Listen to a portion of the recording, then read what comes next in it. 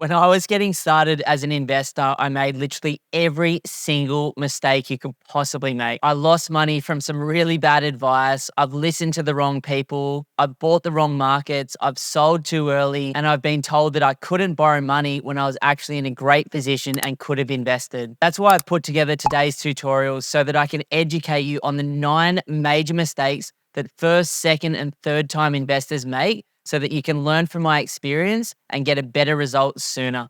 Now, the first mistake that I made, and I wish I could say that I learned my lesson from this earlier, but it wasn't really until my 6th, maybe even my 8th property personally, that I had a plan in place. Now, 99.9% of the investors that I speak to start buying without a short-term, medium, and longer-term plan. So if you're anything like me and sitting there without a plan, then the simplest thing you can do is identify where you want to be longer term. I think a realistic plan is 15 years from now to replace your current annual salary with a passive income for life. So if you're sitting at the moment on 100 or 200K per year, then that should be your short-term goal. Once you've got that number and that vision for your future, you basically come back and look at where you are right now.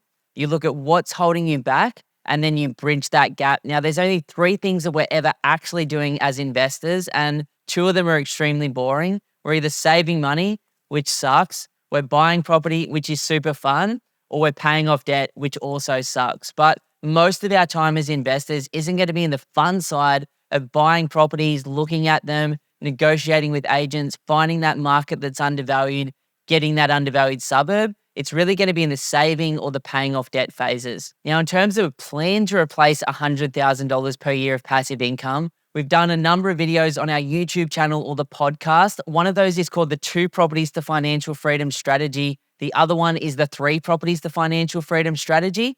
Both of those ideas, if followed correctly, will enable you to replace at least $100,000 per year of passive income in the future. Now, the second challenge or most investors make is not having a good quality team of advisors starting out. Now, I completely understand that when I was beginning, I really didn't know who was who in the zoo. In fact, I didn't even know who I needed in my team of advisors. So the first step is to understand who you need to safely help you buy the property and then get great advice from longer term to take you from where you are today to choices and freedom in your life.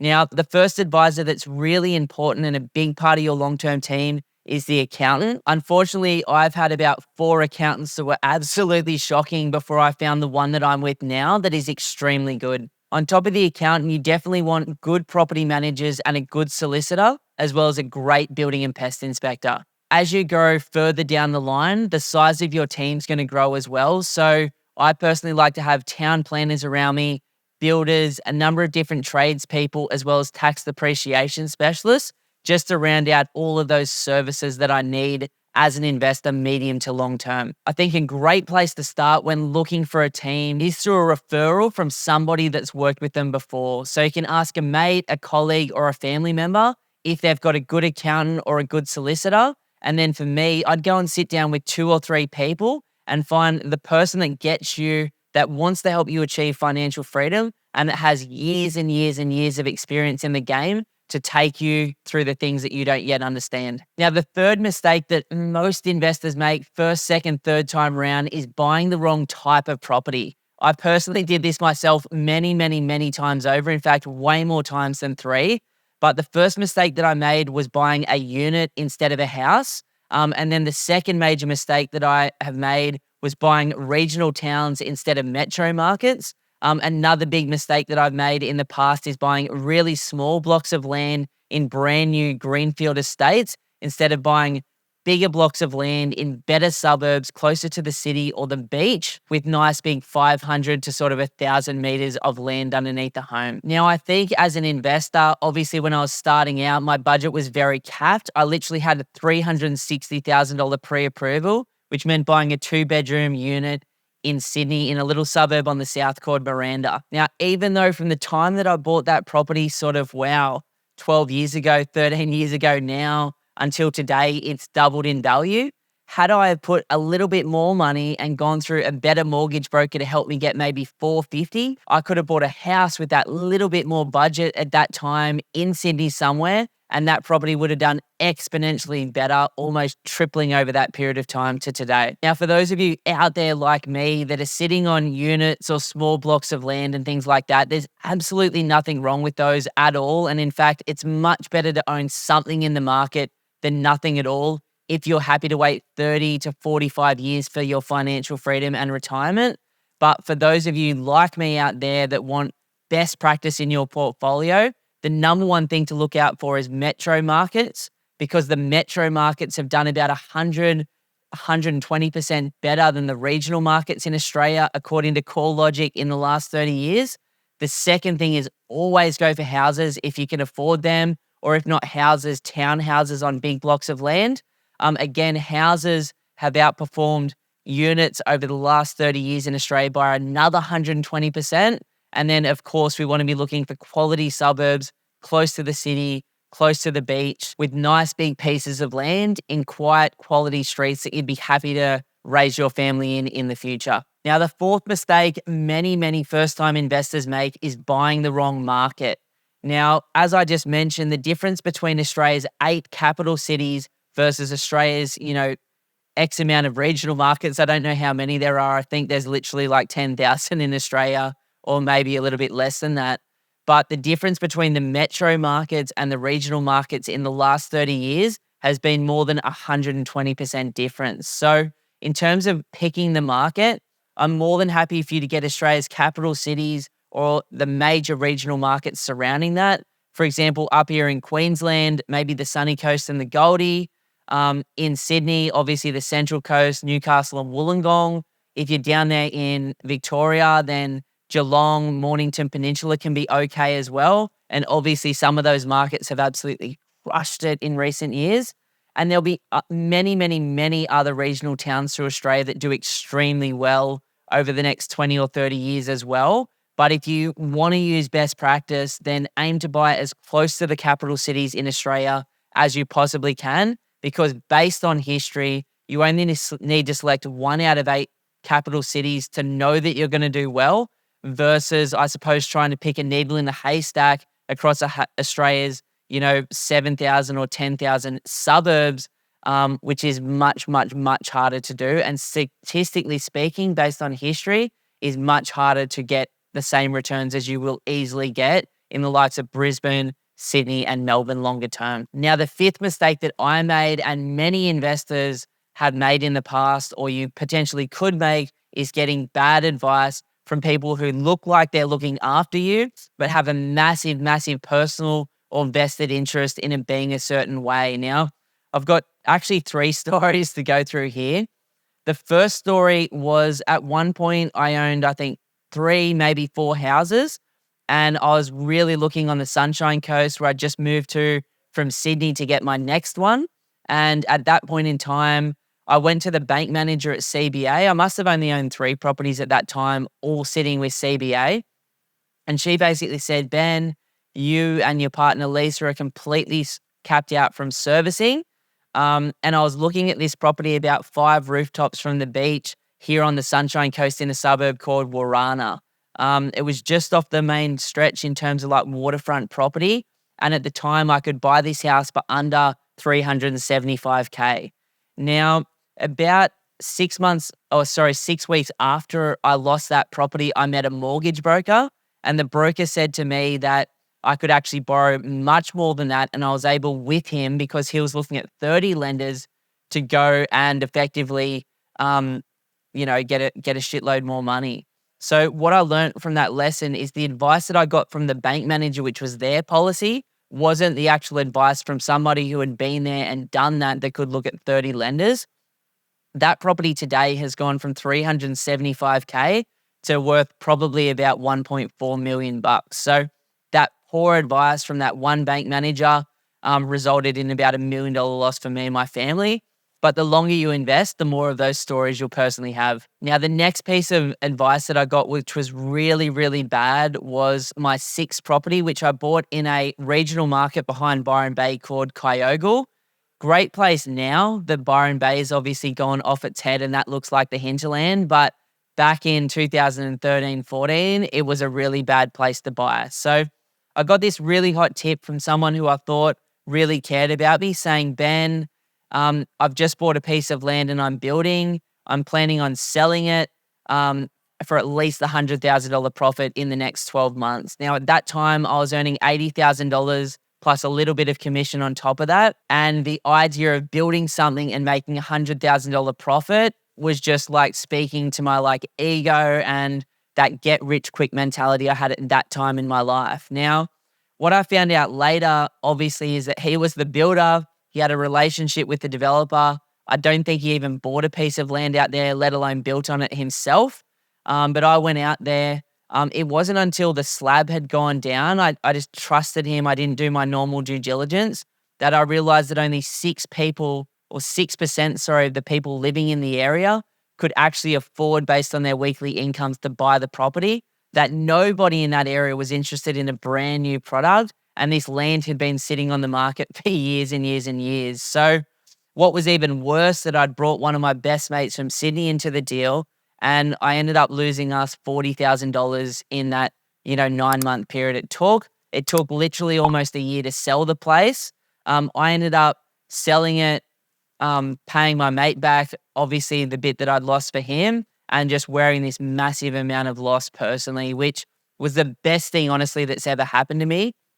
Because after that, I got so much more serious about, okay, how to identify the right market, the right suburb, the right street, and the right property type, so that I would never lose money on a property again. Now, had I have held that property, it would be worth well over 700K now, and I would have made 300 grand profit. But because I was speculating and trying to get rich quick, it smashed me. Now, the third story about getting bad advice was another one on the sunny coast, where I'd actually rocked up to this auction, again in Warana, on a street called Oceanic Drive. The average house in Oceanic Drive now is selling for sort of 1.5 to sort of $4 million. But at that time, it was just before COVID and the market was going off. And I was sitting at the auction, I was bidding, I was an active part. I really wanted to get this property, which was just across the road from the beach. And I was sitting next to some old dude, and he's like, I think the Sunny Coast market's already had its run. It's already gone through too much growth. This property is too expensive. Don't buy it. You should look in Hobart or some crap like that at 250, 300K properties at the time. And so I listened to this guy. I missed the property by $1,000. I think it sold for $550,000 or something like that. And I took this guy's thing, and then I went home and I'm like, fuck, like, I believe in the market. I believe that, it's seriously suppressed from the last GFC still. And I think statistically speaking, it's going to do well. That property has now been knocked down and rebuilt, and I think has just been resold for something like $2.8 million 4 or 5 years later. So again, I think it's just so important to, look at the numbers, look at the fundamentals. And at the end of the day, you have to be strong enough as an investor to be able to make decisions, which means learning about history, learning about the data, or partnering with people that do, so that you can set yourself up in the best position possible. Now, another mistake almost every single first, second, and third time investor makes is rushing in too quickly. I've done this more than 5 times myself. I've got super excited because I could borrow money again, and I just wanted to own something, particularly at the start of my journey. And so I'd rush in without looking at all the little bits and pieces that I needed to, like the building and pest reports properly, the dial before he digs, the housing commission, the flooding, the landslide, the mining overlays, the bushfire overlays, the street, the future plans for the area, and all of that sort of stuff that I now religiously look at on every property I buy. So just be super aware of getting excited. When I read this book, Money Master the Game, where Tony Robbins literally interviews like a whole bunch of billionaires about their investment strategies, what I found after reading that book is one of the major biases that we have as investors is a recency bias. So something that's done recently well, we expect to continue to do well. And that's just not how the market works. In fact, it's almost the opposite of that. And the second one is fatigue, which is another form of bias, where effectively you've been looking at properties for a while, you've got information overload, you're feeling overwhelmed. The more you look at stuff, the more you realize there's a gap between where you are and what you need to know to do this perfectly well.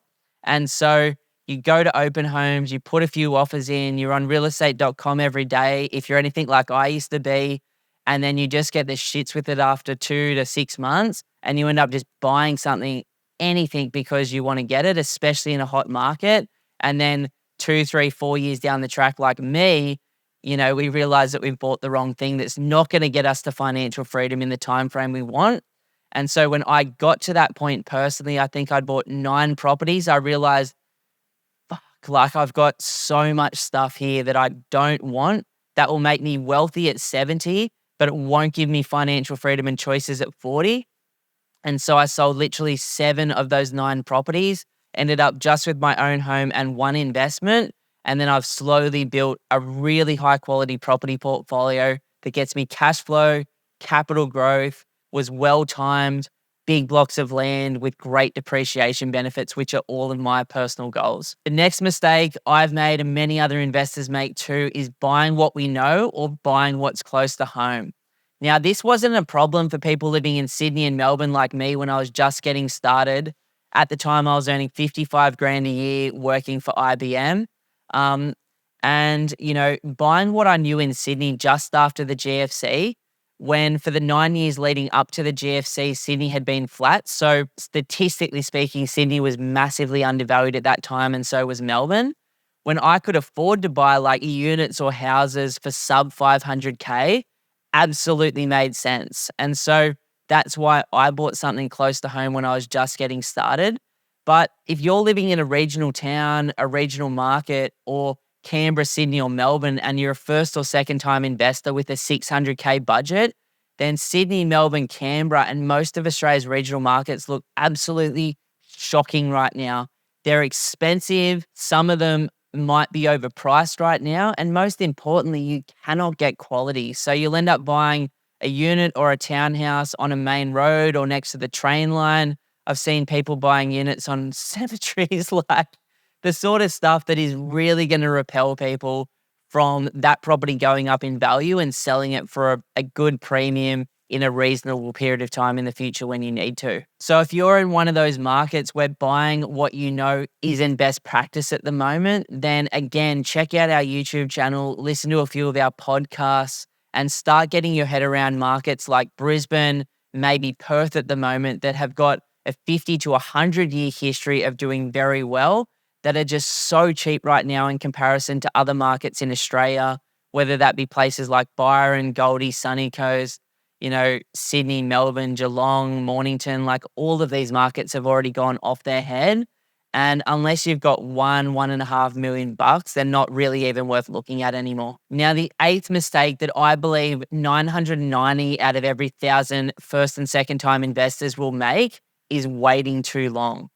Now, the mistakes that I've made before is thinking that more information, more education is going to result in a better result. The further you go down this rabbit hole, you realize that there are many, many, many pieces if you want to do it really well. And for some people, it can result in sitting on the sidelines and going, well, if I get more money, if I could afford a better quality home, if I knew more information, if I spent more time on realestate.com or on the forums or listening to content like this, then maybe it will all feel good. But what we're not addressing, which is the fundamental reason why so many people take years and years and years. I've talked to people that have been waiting since the GFC 12 years ago that should have doubled their money twice by now, that are still sitting on the sidelines waiting for something to happen. And that ends up resulting in rushing into the wrong places at the wrong time down the line as like a response. But what's happening below the surface as human beings is we're looking for certainty, and we're looking for that fear that we're feeling and those uncomfortable emotions by like, this is a big step, getting into big debt sucks. And all of those uncomfortable feelings that I feel every single time that I buy start coming up, and all of the things that we've grown up with, whether that's like a family that is investors that has taught you all this stuff, or if you're like me, a family where no one ever invested before me. And because of that, I had all of this fear around debt, fear around money, all of these bad habits around savings. I didn't understand how to use leverage in property at that time. And so it brings up this whole thing of like, this is just so uncomfortable. it's easier for me to run away from making the decision and just put it on pause than actually sitting down, getting a plan in place, partnering with the right people and getting it done. And then knowing that over the next 15 years, if you've done it right, you should be exponentially better off down the line. So just be aware that a boom is coming to some of Australia's markets. 3 of Australia's capital cities, according to Simon Priestley, are already in boom conditions now. Thankfully, it hasn't resulted in boom price growth right now. Brisbane, for example, in the last period of time has done, by the time this one comes out, probably 6, 7, 8% in the last 6 months, which means it's setting up for a 10% plus growth year. For those of you who have been sitting around like so many Aussies are doing right now and waiting, it's really not going to get better than this in the next 3 years. So if you're in a strong position and the banks say that you can borrow money and you've got good advisors around you, then there's going to be no better time in the next 15 years to grab something than right now. The last and final thing I wanted to say on today's tutorial, and sorry for chewing your ear off, but I'm really passionate about helping you get the best outcome and make the best decision possible, is just the fact that there is so much rubbish online, including probably stuff that I've put out before. So I'm sorry for that. But there is just so many conflicting ideas, so many different strategies, and almost every single one of those people is like stuffing it down my throat, telling me that this is the only way to do it, which is absolute bullshit.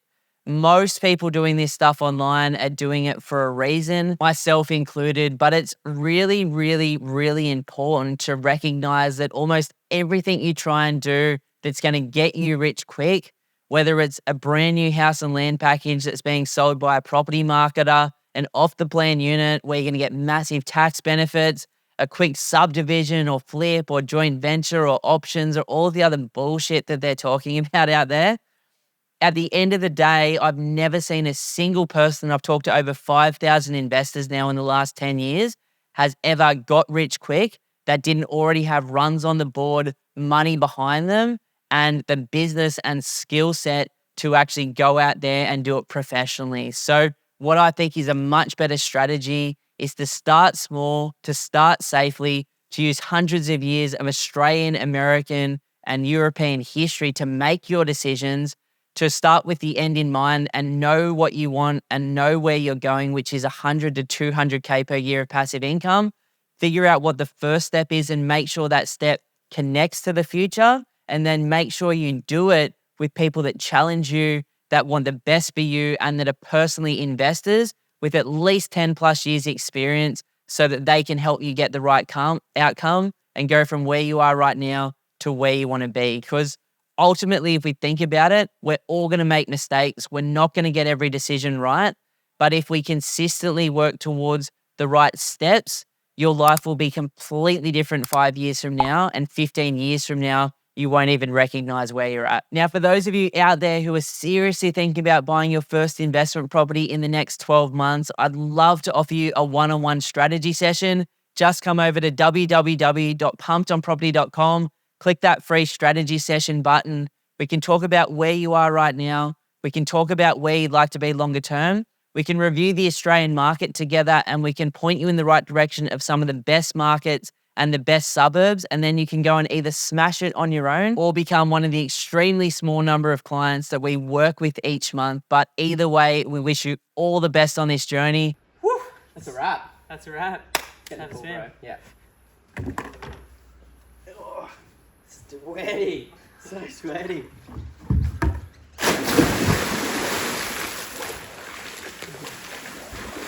Oh, that's good.